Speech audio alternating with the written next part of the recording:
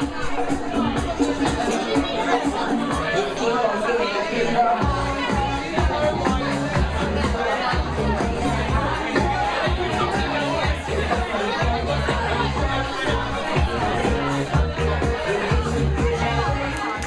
coming to the book, After My Own Heart, I think the one thing I would say is, as a great reader of commercial women's fiction, it's a novel close to my heart, and I was especially endeared in the proposal because I'm sure you'll know the synopsis. Evie Day gets dumped. She sleeps with a man, and this man is tall, dark, Asian, and obviously, I did not see my way to the top. It's obviously that's why I published it. But above all, I think the reason why I love After My Own Heart is it's a novel about finding your own way and doing your own thing. It is very much a thing that Sophia does, and I'm very proud to support this. Sophia and I have been debating about whether Sophia would give a reading or not, and I think we've conceded that Sophia should give a reading. Of course. So I'm going to stop talking now. But before I do, I would like to give you a very warm round of applause for Sophia and her brilliant debut novel, After My Own Heart.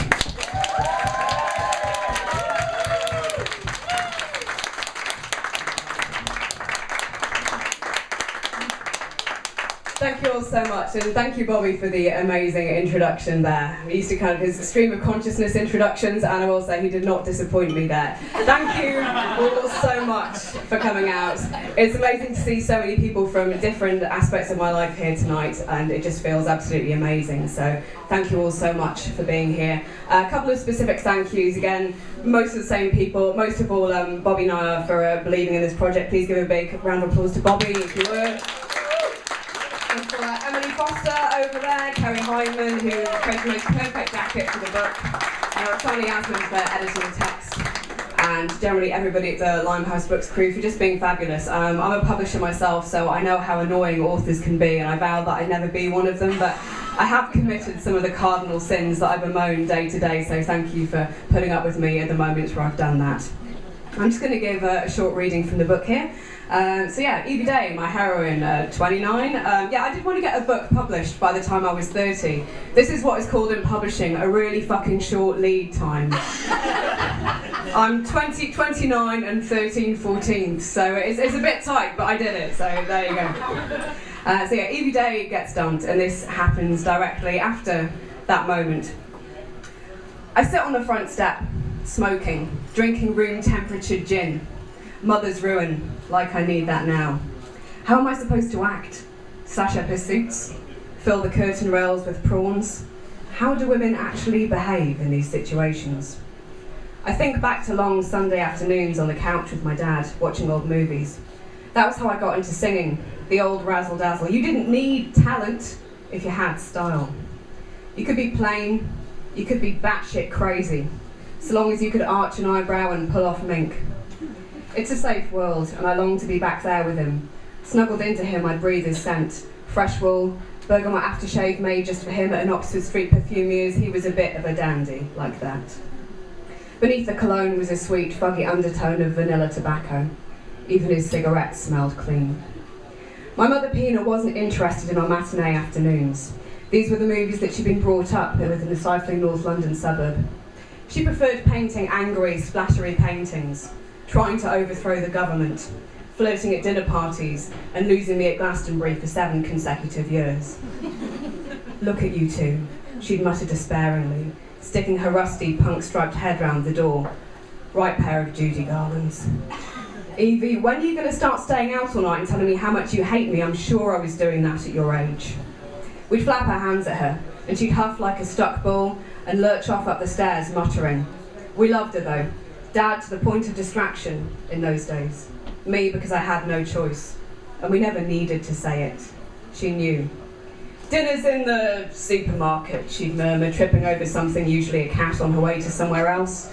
And I'd lean back into Dad's chest, memorising the folds of an actress's gown, the way she held her highball glass, her smile. I light my 4th cigarette. Inside, Kate's still crying. I have to go back in, but not right now. If this was a movie, if I was directing, if I was the star, what would I do? Thank you.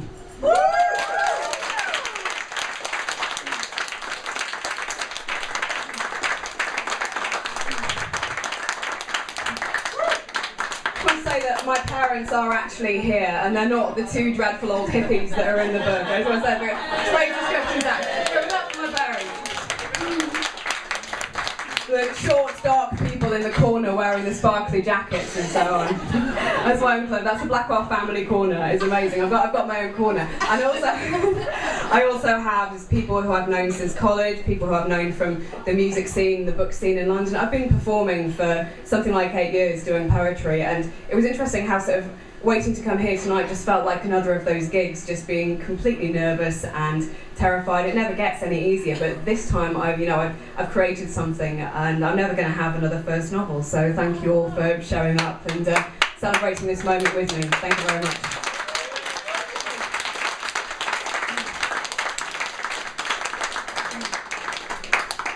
A little shout out to two of my girls who might not have noticed that the book is actually dedicated to them. I'd like you to give some applause to my two best girlfriends. Please give it up for Ella and Helen, who are on the front page of the book.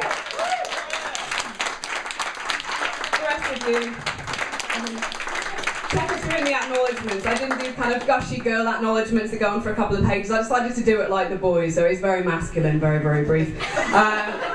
I was like, yeah, you, and you, and off. I was like, yes, this is one point in my life where I will not be girly. I just love it, yes. Literary Leslie Chicklet, the genre the world did not know it needed until now. So really, Bobby and I both work in publishing, like I said, so we do know the kind of cardinal sins of authors, and they are terrible, terrible creatures to work with, especially at nights like this. And I usually organise nights like this, so thank you for sparing me from doing that, guys. Thoroughly appreciate it. It would have just been too much like the day job. And like they do say some tossy things. For example, they go, "Oh, thank you to so-and-so who has always shown so much faith in me, and I've never let them down yet." You see how that's kind of nice compliment turned back on the self there?